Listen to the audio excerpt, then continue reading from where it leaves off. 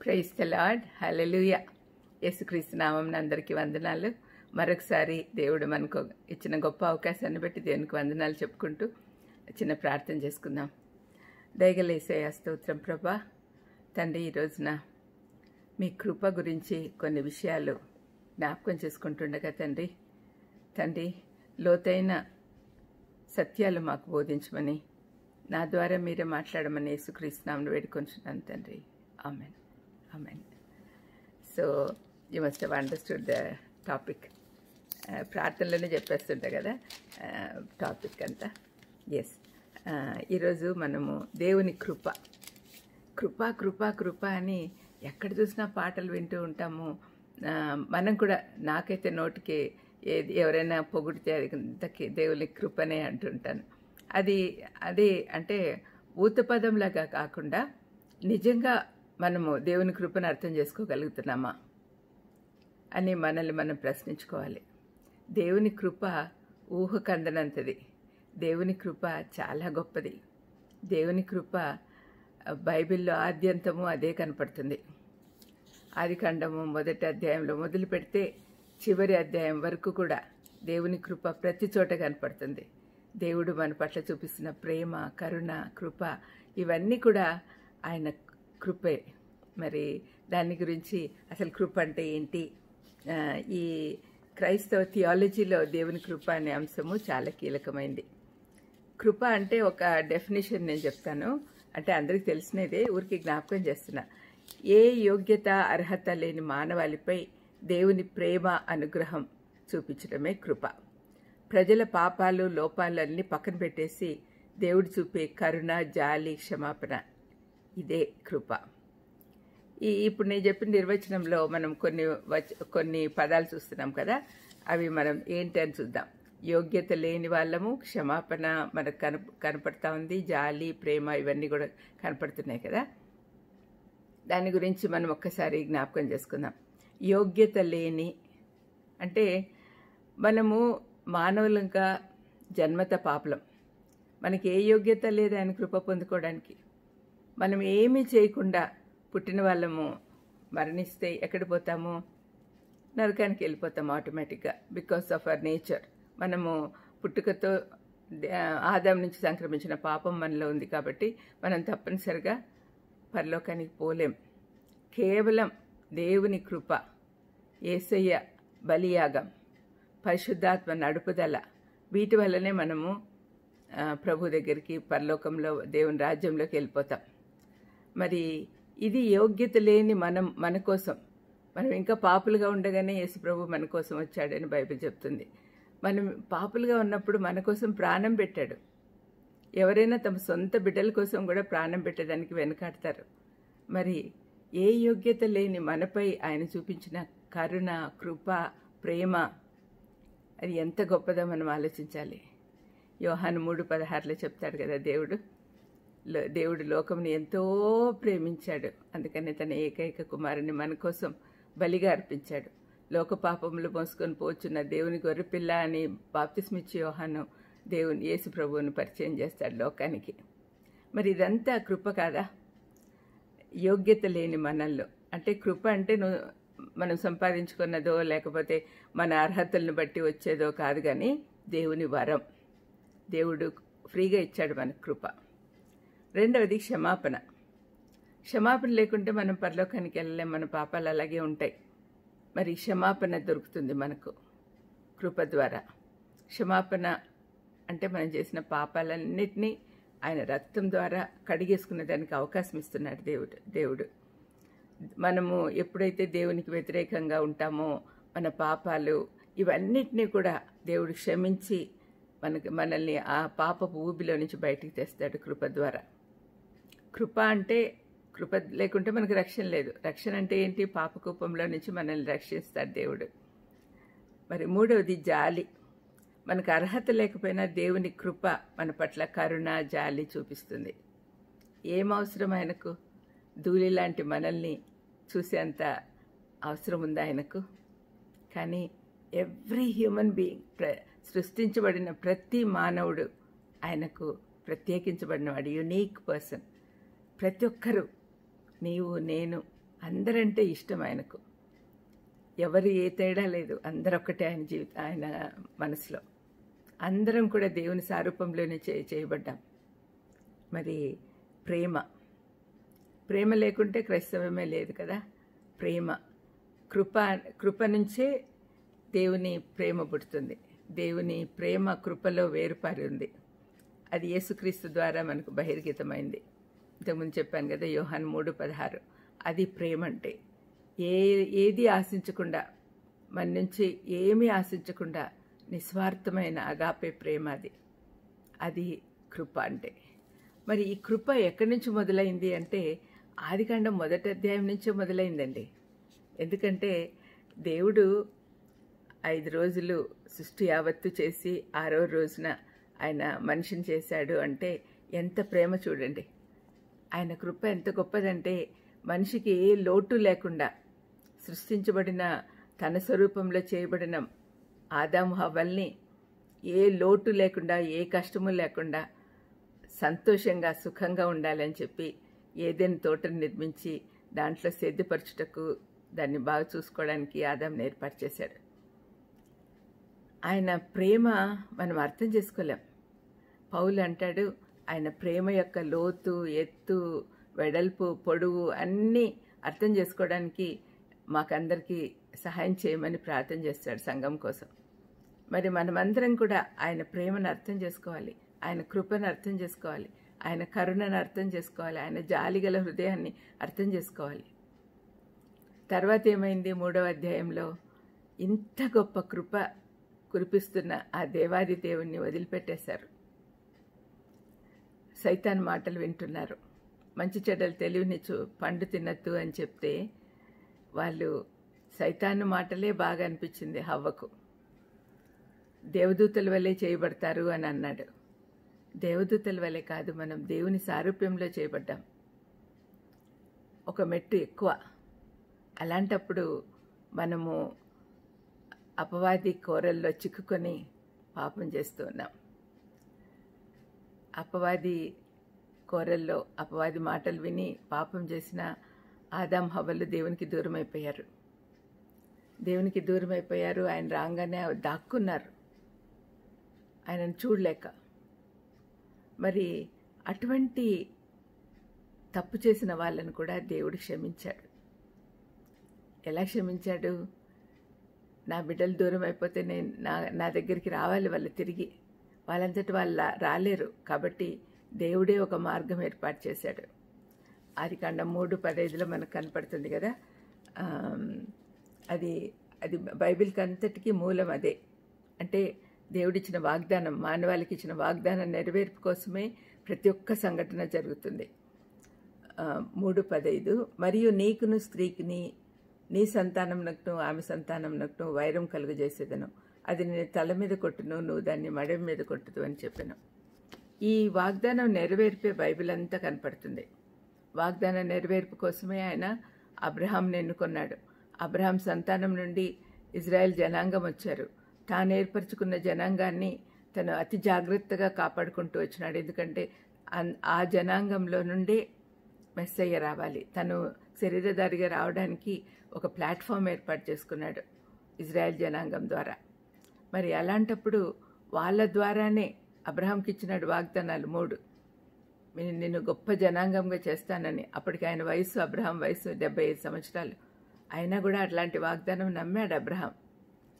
మరి 75 సంవత్సరాలకు పిల్లలు పుడతారా అని ఆలోచనే రాలేదు అతనికి. దేవుడు చెప్పాడు, నమ్మాడు. తన బిజినెస్ వదిలిపెట్టి దేవుడు రమ్మన్న చోటుకి వెళ్ళిపోయాడు. మరి అటువంటి ఆయనకు 3 వాగ్దానాలు: గొప్ప జనాంగంగా చేస్తానని, వాగ్దాన దేశంకు తీసుకెళ్తానని, తర్వాత అతని ద్వారా సమస్త జనము, ప్రపంచమంతా, లోకమంతా కూడా ఆశీర్వదించబడుతుంది అని చెప్పాడు. ఆయన ఉద్దేశం ఏమంటే, మెస్సయ్య ఇజ్రాయెల్ జనాంగం నుంచి, యూదా గోత్రం నుంచి వచ్చిన తర్వాత ఆయన వచ్చాడు మన పాపాలు క్షమించడానికి, మన పాపముల కోసం మరణించడానికి, మన పాపముల కోసం బలి అర్పించడానికి ఆయన వచ్చాడు అనే సంగతి, ఆ శుభవార్త మనం అందరికీ చెప్పాలి. ఇజ్రాయెల్ జనాంగం ద్వారా రావాలి అని అనుకున్నాడు. దేవుని ప్రణాళిక అది. కానీ వాళ్ళేం చేశారు? ఆయనను తృణీకరించి సిలువ వేసి చంపేశారు. మరి అటువంటి పరిస్థితిలో ఆయన ఇజ్రాయేలీలను పక్కన పెట్టి సంఘం ఏర్పాటు చేశాడు. సంఘంలో నుంచే ఇప్పుడు మన బాధ్యత ఏంటంటే సంఘం ద్వారా మనమంతా ఏం చేయాలి? సువార్త ప్రకటించాలి. ఆ 3వ ఆశీర్వాదం ఏదైతే ఉందో మీ ద్వారా సకల లోకం ఆశీర్వదింపబడుతుంది అని చెప్పిన మాట మనము పూర్తి చేయాలి. అది దేవుడి సంకల్పం. ఆ తర్వాత ఏమైంది? 3వ అధ్యాయంలోనే మనం చూస్తే ఆయన వీళ్ళని ఏదెన్ తోటలో నుంచి తరిమేశాడు అని రాయబడింది. ఎవరైనా చదివినప్పుడు ఫస్ట్ అదేంటి అంత కఠినమైన శిక్ష, వాళ్ళు ఎక్కడ పోతారు అని అనుకోవచ్చు. కానీ ఆయన అది కూడా, ఆ క్రియ కూడా కరుణతో చేసినది. ఆయన కృప వల్లనే జరిగింది అది. ఎందుకంటే మంచి చెడ్డలు తెలివినిచ్చు చెట్టుతో పాటు జీవవృక్ష ఫలం ఉంది అక్కడ. ఆ చెట్టు ఉంది, జీవవృక్ష ఫలం చెట్టు. ఆ ఫలం తిన్నారంటే వాళ్ళ ఎప్పుడు జీవించే ఉంటారు. మరి పాపంలో పడిపోయిన మానవాళి ఎప్పుడు జీవించి ఉంటే ఇంకా అంతకంటే పెద్ద నరకం ఉండదు, అంతకంటే పెద్ద కష్టం ఉండదు. ఆ కష్టం నుంచి బయటపడేయాలి అని చెప్పి దేవుడు వాళ్ళని అక్కడి నుంచి పంపించేసి మళ్ళీ తిరిగి రాకుండా అప్పుడు ఆయన ఆదామును వెళ్ళగొట్టి ఏదెను తోటకు తూర్పు దిక్కున కెరూబులను జీవవృక్షమునకు పోవు మార్గమును కాచుటకు అటు ఇటు తిరుగుతున్న ఖడ్గజ్వాలను నిలవబెట్టాను. ఇది జరిగిందండి. అది ఆదికాండంలో జరిగింది. తర్వాత మనం చూస్తే చాలా విషయాలు కనపడతాయి. అయితే ఇప్పుడు కొంచెం డైవర్ట్ అయ్యి మరి ఈ కృప గురించి బైబిల్లో కొన్ని ఎగ్జాంపుల్స్ చూద్దాం. ఎందుకంటే ఉదాహరణలు చూస్తే మనం ఇప్పటి వరకు చెప్పుకున్న మాటలు అర్థమవుతాయి బాగా. మనం ఏమనుకున్నాము? యేసుప్రభు కృప, దేవుని కృప అంటే ఏంటి? ఆయన ద్వారా మనకు రక్షణ వస్తుంది, క్షమాపణ వస్తుంది, జాలి వస్తుంది, కరుణ వస్తుంది, ప్రేమ వస్తుంది. ఇవన్నీ కూడా తెలుసుకున్నాం కదా. దానికి ఎగ్జాంపుల్స్ మనం చూద్దాం. రక్షణ అన్నింటిలో అతి ప్రాముఖ్యమైనది ఉదాహరణము రక్షణ. యేసుక్రీస్తు ద్వారా వచ్చిన రక్షణ. రక్షణ అంటే ఏంటి? పాపం నుంచి విడుదల. పాపంలో కొట్టుకుపోతున్న మనల్ని తిరిగి దేవుడు తీసుకురావడం. రక్షణ, ఎవరైనా ప్రమాదంలో ఇరుక్కుంటే రక్షించండి, రక్షించండి, హెల్ప్ హెల్ప్ అని అరుస్తారు కదా. అప్పుడు ఎవరైనా మంచి వాళ్ళు వచ్చి వాళ్ళని కాపాడతారు. అయితే కాపాడక ముందు వాళ్ళు ఇప్పుడు ఊబిలో దిగిపోతున్నారు అనుకోండి. ఒక మనిషి ఊబి అంటే కిందికి వెళ్ళిపోతూనే ఉంటారు. అటువంటప్పుడు వాళ్ళు స్టడీగా ఉండి తర్వాత ఊబిలో ఉండే వాళ్ళని లాగాలి. యేసుప్రభు ఏ పాపం లేనివాడు, ఆయన స్థిరంగా ఉన్నవాడు కాబట్టి, ఆయన బలవంతుడు, ఆయన దేవుడు కాబట్టి, ఆయన మానవుడిగా వచ్చినా కూడా సంపూర్ణ మానవుడిగా సంపూర్ణ దైవత్వం కలిగిన వాడిగా ఉన్నాడు ఈ లోకంలో. ఆయన మనల్ని పాపపు ఊబిలో నుంచి బయటికి లాగుతున్నాడు. రక్షణ అంటే ఎఫ్సి పత్రిక 2:8-9 నేను చదువుతున్నాను. మీరు విశ్వాసం ద్వారా కృపచేతనే రక్షింపబడి ఉన్నారు. ఇది మీ వలన కలిగినది కాదు, దేవుని వరమే. అది క్రియల వల్ల కలిగినది కాదు కనుక ఎవడునూ అతిశయపడ వీలు లేదు. ఈ మాట మళ్ళీ చదువుతాను చూడండి. మీరు విశ్వాసము ద్వారా కృపచేతనే రక్షింపబడి ఉన్నారు. విశ్వాసము అనేది చాలా అవసరం. ప్రతి విశ్వాసికి విశ్వాసం ఉండాలి. అయితే కృప ద్వారా, విశ్వాసము ద్వారా కృపచేత రక్షింపబడి ఉన్నారు. ఇప్పుడు ఎలా అర్థం చేసుకోవాలి అంటే, కృప అంతా విస్తరించి ఉంది, లోకమంతా కృప ఉంది. అయితే మన హృదయంలో విశ్వాసం లేకుంటే అది మూయబడి ఉంటుంది. మూయబడిన ఈ హృదయంలోనికి దేవుని కృప ఎంటర్ అవ్వాలి అంటే హృదయ వాకిళ్ళు తెరవాలి. హృదయం అనుడు తలుపు నొద్ద యేసునాథుండు నిలిచి తలుపు తట్టుతున్నాడు, తలుపు తీయని ఒక పాట ఉంది. హృదయం అనుడు తలుపు దగ్గర యేసుప్రభు నిలబడి ఉన్నాడు. నా కృప నీలోకి వచ్చేటట్టుగా నీ హృదయం తెరువు అంటున్నాడు. పౌలు నా జీవితంలో ముళ్ళు తీసేయమంటే ప్రభు ఏమన్నాడు? నా కృప నీకు చాలును అన్నాడు. అప్పుడు మనం కూడా నీ కృప మాకు చాలు దేవుడా, నీ కృప మాలో కుమ్మరించు అని అడగాలి. అప్పుడే మనకు రక్షణ వస్తుంది. కృప ద్వారా, విశ్వాసం ద్వారా కృపచేతనే మీరు రక్షింపబడి ఉన్నారు. ఇది దేవుని వరము అంటున్నాడు పౌలు. దేవుని వరం, అవును దేవుని వరం ఇది. వరము అంటే ఫ్రీగా వచ్చినది, మనకు బహుమతిగా ఇవ్వబడింది. అది మనం ఏం సంపాదించలే, కష్టపడలేదు. కష్టపడితే వచ్చేది కాదు కృప. దేవుని కృప యోగ్యత లేని వారికి ఫ్రీగా ఇవ్వబడింది. అది దేవుని వరమే. దాని గురించి మేము కష్టపడ్డాము అనేదానికి ఎవరికి వీలు లేకుండా క్రియల వల్ల కలిగినది కాదు కనుక ఎవడునూ అతిశయపడ వీలు లేదు అంటున్నాడు. మేము చేసిన గొప్ప కార్యాల ద్వారా మాకు రక్షణ వచ్చింది అని చెప్పేదానికి వీలు లేదు. తర్వాత రెండవది క్షమాపణ. క్షమాపణ గురించి అద్భుతమైన ఉపమానం, ఎగ్జాంపుల్ లూకాసు వార్త 15వ అధ్యాయంలో యేసుప్రభు చెప్పిన ఉపమానం ద్వారా అర్థం చేసుకోవచ్చు. తప్పిపోయిన కుమారుని కథ మనకు అందరికీ తెలుసు. అది అందరికీ బాగా తెలుసు కదా. లూకా 15వ అధ్యాయంలో బ్రీఫ్గా ఆ మాట చెప్తాను. ఆ కథ 11 నుంచి 32 వరకు ఉన్న వాక్య భాగంలో ఈ ఉపమానం చెప్తున్నాడు యేసుప్రభు. ఒక తండ్రి ఉంటాడు. తండ్రికి 2 కుమారులు. వాళ్ళలో చిన్నవాడు ఆస్తి పంచమని అడుగుతాడు. ఆస్తి పంచడం అంటే వాళ్ళ తండ్రిని చనిపోయినట్టుగా లెక్క అనమాట. ఇప్పుడైనా అప్పుడైనా తండ్రి చనిపోయిన తర్వాతనే తండ్రి ఆస్తిని పిల్లలు తీసుకోవచ్చు. కానీ ఇక్కడ తండ్రి బతికుండంగానే నాకు నువ్వు అక్కర్లేదు అని చెప్పి కుమారుడు తన ఆస్తి తనకి ఇవ్వమని అడిగినప్పుడు ఆ తండ్రి ఏమాత్రము హెసిటేట్ చేయకుండా వెనకాడకుండా అతనికి రావాల్సింది అతనికి ఇచ్చి పంపించాడు. అతనేం చేశాడు? విలాసాలతో గడిపి స్నేహితుల దగ్గర చెడు సావాసాలు చేసి అంతా పోగొట్టుకుని చివరికి తిండి లేక పందులు కాసే మేపే పనిలో చేరతాడు. ఆ పందులు తినే తిండి కూడా తిననివ్వు, పందులు మా తిండి నువ్వు తినడం ఏంటి అని అంటున్నాయి. అందుకని అది కూడా దొరక్క మళ్ళీ ఏమనుకుంటాడు? అప్పుడు బుద్ధి వచ్చింది. ఇన్ని కష్టాలు పడినప్పుడు బుద్ధి వచ్చింది. ఈ మాటలు మనకు వర్తించుకుంటే మనం కూడా పాపంలో ఉన్నప్పుడు ఆ పందుల దగ్గర ఉన్న చిన్న కుమారునిలాగానే ఉన్నాం. అంధకారమైన జీవితం, ఏ సంతోషము లేదు. అనుకుంటాం పైకి మనకు చాలా సంపద ఉంది, మనం సంతోషంగా ఉన్నాము అని. కానీ మనస్ఫూర్తిగా మనం సంతోషంగా ఉన్నామా అని మనల్ని మనం ప్రశ్నించుకుంటే మనకు అర్థమవుతుంది. విలాసాలకు పోయి అంత పోగొట్టుకొని తిరిగి అయితే బుద్ధి వచ్చినప్పుడు అని రాయబడింది 17వ అధ్యాయం వచనంలో. బుద్ధి వచ్చినప్పుడు తిరిగి తండ్రి దగ్గరికి వస్తున్నాడు ఈ తప్పిపోయిన కుమారుడు. ఏమంటున్నాడు? మా ఇంట్లో అయితే చాలామందికి భోజనం పెడుతూ ఉంటారు, కూలి వాళ్ళకు కూడా సమృద్ధిగా ఉంది. నేను ఇక్కడ ఆకలికి చచ్చిపోతున్నాను. నేను లేచి నా తండ్రి యొద్దకు వెళ్ళి, తండ్రి, నేను పరలోకమునకును విరోధంగాను నీ ఎదుటను పాపము చేసి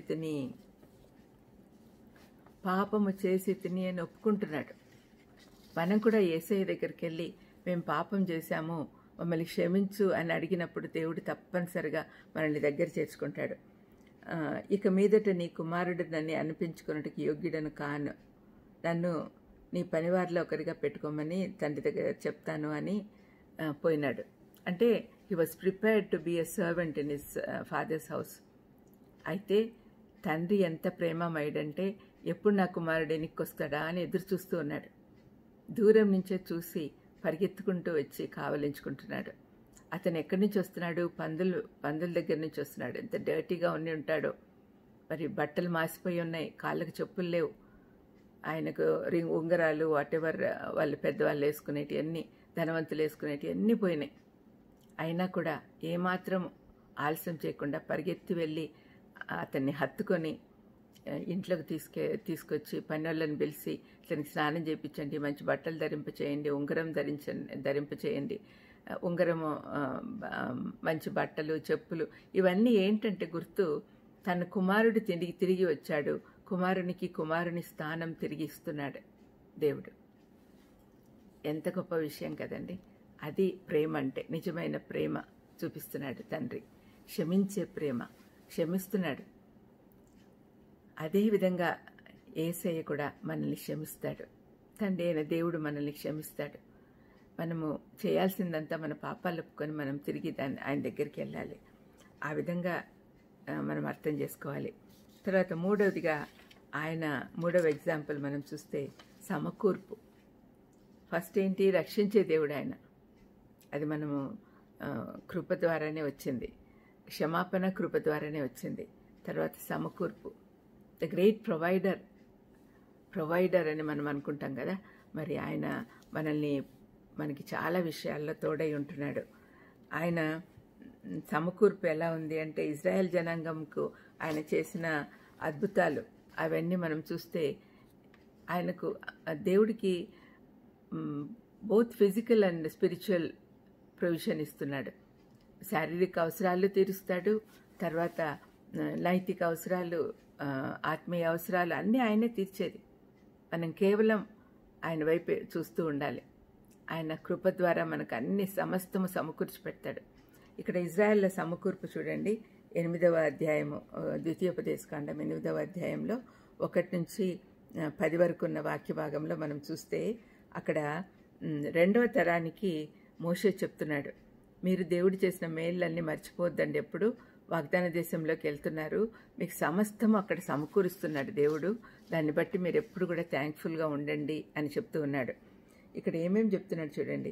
ఈ 40 సంవత్సరములు అంటే ఐగుప్తు బానిసత్వం నుంచి బయటకు వచ్చిన తర్వాత 40 సంవత్సరాలు అరణ్యంలో తిరగలాడుచు వాళ్ళు అక్కడక్కడే తిరుగుతున్నారు. వాళ్ళకి ఆకలేసినప్పుడు పైనుంచి మన్నా కురిపిస్తున్నాడు దేవుడు, దప్పికేసినప్పుడు రాళ్లల్లో నుంచి నీళ్లు తీసిస్తున్నాడు. మరి ఆ విధంగా అవన్నీ కూడా యెహోవా నిన్ను నడిపించిన మార్గం అంతటిని జ్ఞాపకం చేసుకునము అని చెప్తూ, మీ మన్నాతో నిన్ను పోషించాడు. ఈ 40 సంవత్సరాలు నువ్వు వేసుకున్న బట్టలు పాతగిలలేదు, నీ కాలు వాయలేదు. వినేదానికి ఆశ్చర్యంగా ఉంటుంది, కానీ బైబిల్లో చెప్పిన ప్రతి మాట కూడా మనం నమ్మాలి అండి. అంటే వాళ్ళకి ఏ కష్టము లేకుండా, ఏ కొదువ లేకుండా చూసుకున్నాడు అని మనం తెలుసుకోవాలి. ఒకటి తన కుమారుని ఎట్లు శిక్షించునో అట్లే నీ దేవుడైన యెహోవా నిన్ను శిక్షించున్నాడని నువ్వు తెలుసుకొని ఆయన మార్గంలో నడుచుకున్నట్లు, ఆయనకు భయపడినట్లును నీ దేవుడైన యెహోవా ఆజ్ఞలు గైకొనవలెను అని మోషే 2వ తరానికి చెప్తున్నాడు. అంతేకాకుండా వాగ్దాన దేశం గురించి కూడా డిస్క్రిప్షన్ ఇస్తున్నాడు. అది ఎలా ఉండబోతుంది?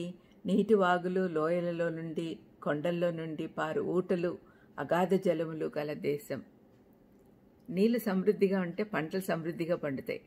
పంటలు సమృద్ధిగా ఉంటే అందరు సంతోషంగా ఉంటారు. ఇక్కడ పండ్లు కూడా, అది గోధుమలు, యవలు, ద్రాక్ష చెట్లు, అంజూరపు చెట్లు, దానిమ్మ పండ్లు గల దేశం, ఒలీవ నూనెయు తేనెయు గల దేశం, కరువు అనుకోనకుండా నువ్వు ఆహారం తిను దేశం, అందులో నీకు ఏ లోటు ఉండదు. అది ఇనుప రాళ్ళు గల దేశం, దాని కొండలలో నువ్వు రాగి త్రవ్వి తెయ్యవచ్చు. ఇనుము, రాగి ఇవన్నీ ఎక్స్పెన్సివ్ మెటల్స్, అవన్నీ కూడా మీరు తవ్వి తీసుకోవచ్చు. అంత మంచి దేశం అది. నువ్వు తిని తృప్తి పొంది నీ దేవుడైన యెహోవా నీకు ఇచ్చిన మంచి దేశమును బట్టి ఆయన స్తుతించవలెను అని చెప్తూ ఉన్నాడు మోషే. ఈ విధంగా దేవుడు ప్రతి విషయంలో కూడా తోడయుండి నడిపిస్తూ ఉన్నాడు.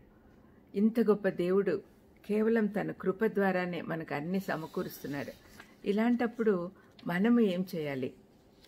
మనపై ఈ కృప ప్రభావం ఎలా ఉంటుంది?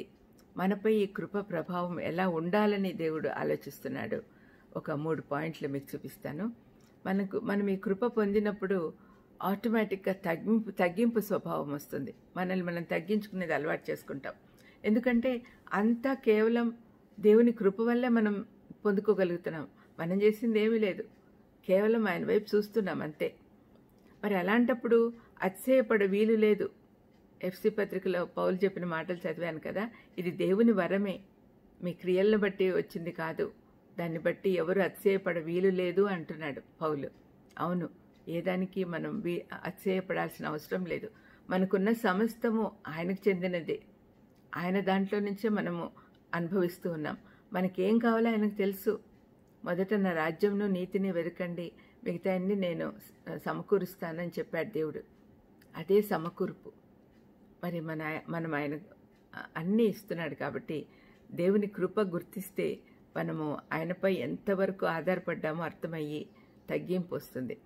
మనకి ఎప్పుడు తగ్గింపు వస్తుందంటే, మనలో ఏమి లేదు, మనకి ఏ యోగ్యత లేకున్నా కేవలం ఆయన కృప ద్వారానే మనల్ని రక్షించి మనల్ని కాపాడుతున్నాడు. ఇలాంటప్పుడు ఏ దాన్ని బట్టి అతిశయిస్తాం? ఏది లేదు అతిశయించడానికి, అతిశయ కారణమే లేదు. అటువంటప్పుడు మనం ఏం చేయాలి? ఆయన వైపు చూస్తూ తగ్గింపు స్వభావంతో మనం ఆయన సన్నిధిలో ఉండాలి. రెండవది కృతజ్ఞత. ఈ కృతజ్ఞత అనేది మనలో చాలా లోపించిందండి. మేలు పొందుతాము కానీ కృతజ్ఞులుగా ఉండట్లేదు. కృతజ్ఞతలు చూపిస్తున్నాం. కృతజ్ఞత. మరి కృతజ్ఞత లేని వారంగా ఉండకూడదు. కృతజ్ఞత చూపించాలి. ఎప్పుడు కూడా థ్యాంక్ఫుల్గా ఉండాలి. దేవుని కృప అనుభవిస్తే మనలో దేవుని పట్ల కృతజ్ఞతాభావం పుడుతుంది. మనం ఎప్పుడు కూడా రుణపడి ఉండాలి దేవునికి అన్న ఆలోచన మనకు కలుగుతుంది. మూడవది ప్రేమ, కరుణ. దేవుని యొద్ద నుండి ఆయన కృప, కరుణ, ప్రేమ, జాలి అన్నీ పొందాం కదా, అది ఇతరులకు ఇవ్వాలి అన్న ఆలోచన మనకు కలుగుతుంది. మనము ఈ విధంగా మనం ప్రోత్సహించబడతాం. దేవుని కృప మనం అనుభవిస్తున్నాం కాబట్టి ఇతరులకు కూడా ఇవ్వాలి అనే ఆలోచన మనకు వస్తుంది. దేవుని కృప చాలా గొప్పదండి.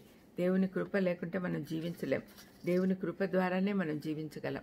ఈ విషయాలు మనం జ్ఞాపకం పెట్టుకొని ఎప్పటికప్పుడు రుణపడి ఉన్నాం మనం దేవునికి అనే భావం మనలో వస్తే మనం ఎప్పుడు కూడా సంతోషంగా ఆయనకు రుణపడి ఉండగలం. ప్రార్థన చేసుకుందాం. దయమైడ యేసు నాయనా, అవును తండ్రి, బైబిల్ అంతట్లో కూడా తండ్రి ప్రధాన అంశంగా ఉన్న మీ కృప గురించి కొన్ని విషయాలు జ్ఞాపకం చేసుకున్నాం తండ్రి. మా జీవితంలో ఎప్పుడు కూడా మీ పట్ల కృతజ్ఞత కలిగి ఉండేటట్టు మీరు మాకు పంచిన ప్రేమ, జాలి, కరుణ అందరికీ పంచేదానికి కూడా మాకు సహాయం చేయమని వేడుకొంచున్నాం. కృపగల దేవా, మీకే వందనాలు, స్తోత్రాలు చెల్లిస్తూ ఎల్లవేళ మీ కాపుదల్లో ఉంచమని, అందరము మీ కృప అనుభవిస్తూ సంతోషంగా ఉండగలిగేటట్టు చేయమని యేసుక్రీస్తు నామమున వేడుకొంచున్నాను తండ్రి. ఆమేన్. God bless you.